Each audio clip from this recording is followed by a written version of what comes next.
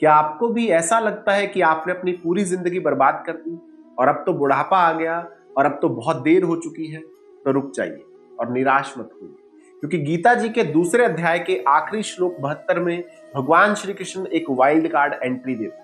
वो कहते हैं कि अगर जिंदगी भर पाप भी किया हो, लेकिन आखिरी सांस में भी अगर तुम्हें ये सच समझ में आ गया तो जीत आपकी होती। कैसे, आइए समझते हैं श्लोक 72 को। ऐशा ब्रह्मी स्थिति पार्थम नैनाम प्राप्य विमुह्यति स्थित्वा अस्यामनंत काले अपि ब्रह्म निर्वाणम तृच्छति।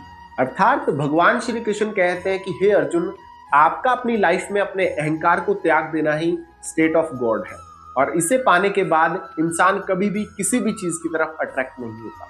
और सबसे बड़ी बात कि अगर कोई इंसान अपनी पूरी जिंदगी भर भटकता ही रहा हो, लेकिन उसने अपने अंतिम समय में भी इस सिचुएशन को समझ लिया, तो उसे परम मोक्ष की प्राप्ति हो जाती है। यानी कि आध्यात्म के रास्ते में देर होने जैसी कोई चीज नहीं होती।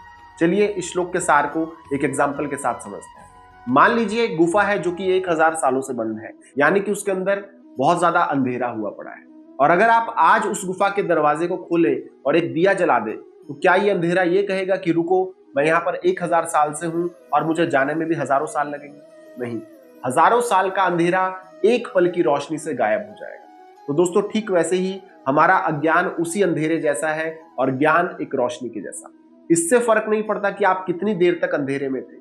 जिस पल आपके दिमाग की बत्ती जल गई, यानी कि आपको रियलाइजेशन हो गया, उसी समय आप मुक्त हो जाते हैं, चाहे वो पल आपको आपकी जिंदगी के आखिरी पड़ाव में ही महसूस क्यों ना हो। तो दोस्तों, ये था गीता जी के दूसरे अध्याय का श्लोक 72, और इसी के साथ गीता जी का अध्याय 2 यानी कि सांख्य योग समाप्त होता है।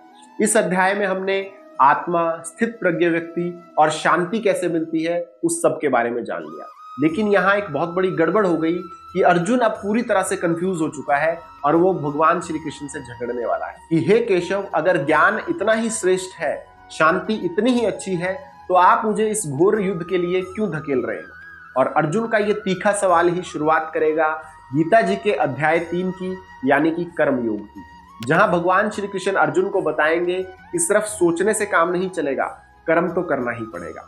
तो गीता जी के तीसरे अध्याय को सुनने के लिए अभी हमारे चैनल ज्ञान के श्वास को फॉलो कर लो, और अगर इस वीडियो से आपको कोई भी सीख मिली हो तो वीडियो को लाइक और शेयर भी जरूर करो, ताकि औरों तक भी ज्ञान पहुंच सके। और कमेंट बॉक्स में जय श्री कृष्ण लिखकर अपनी हाजिरी जरूर लगाएं। तो आज की वीडियो में दोस्तों इतना ही। अब जल्द मिलेंगे हमारी अगली वीडियो में गीता जी के तीसरे अध्याय के पहले श्लोक के साथ। तब तक के लिए जय श्री कृष्ण।